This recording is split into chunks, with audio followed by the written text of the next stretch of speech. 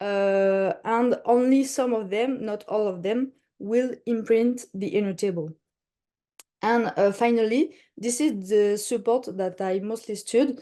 It's the endocranial view of the skull on Aviso software, where you can see the AGI in relief. So the lack of study of arachnoid granulation impression led us to ask ourselves several questions, as if there is a link between AGI and growing extant human, if we can find similarities between extant human AGI and fossil hominin AGI, and finally, we ask ourselves about the AGI of non-human primates and other fauna.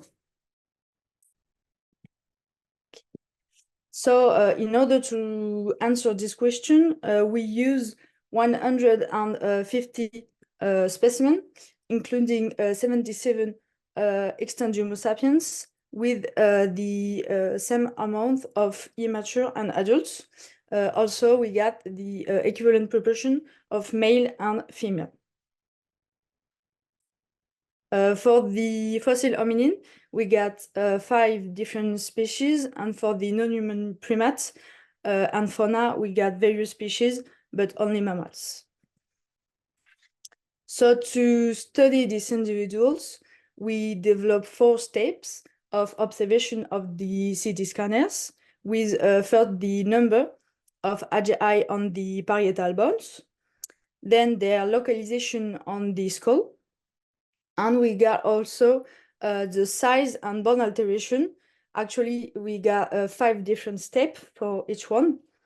And most of our samples are CT scanner, but for the fossil hominin, we got mostly endocranium casts, on which we only applied the step 1, so the number.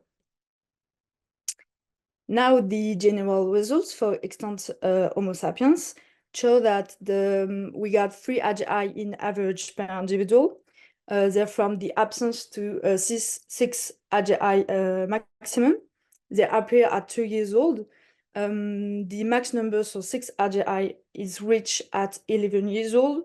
In adulthood, we got a high variability, and for all these samples, so 77 extant Homo sapiens, there is a presence of AGI in 80% of the case.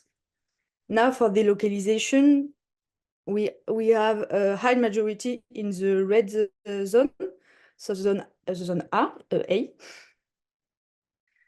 For the size and alteration, we found differences between young children and adults. For the size, the most represented are the small one, and for the alteration, it's the high deformation of the inner table of the skull that is the most represented.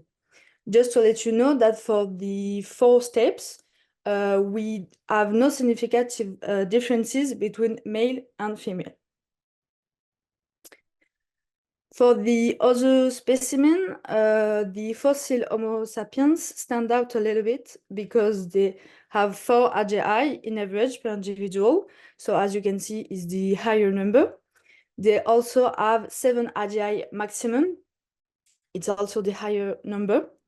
The Homo neanderthalensis, Homo heidelbergensis, and Homo erectus give quite the same results, and they have less AGI than the Homo sapiens, extant and fossil. So for the other specimen, the fossil Homo sapiens stand out a little bit because they have 4 AGI in average per individual. As you can see on the graph, it's the higher amount of AGI. Also, they have 7 AGI maximum. It's also the higher number.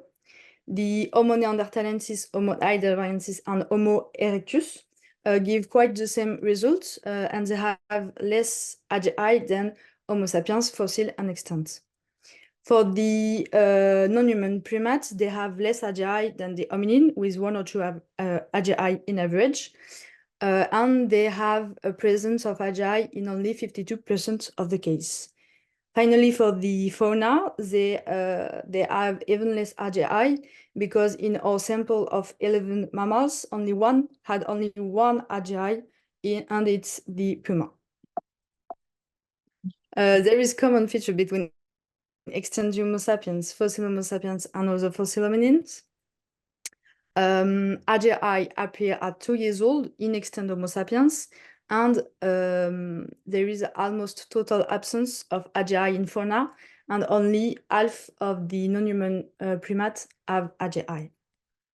So we already know that the acquisition of the bipedalism lead to increase the intracranial pressure toward the top of the skull, what leads to the impression of arachnoid granulation.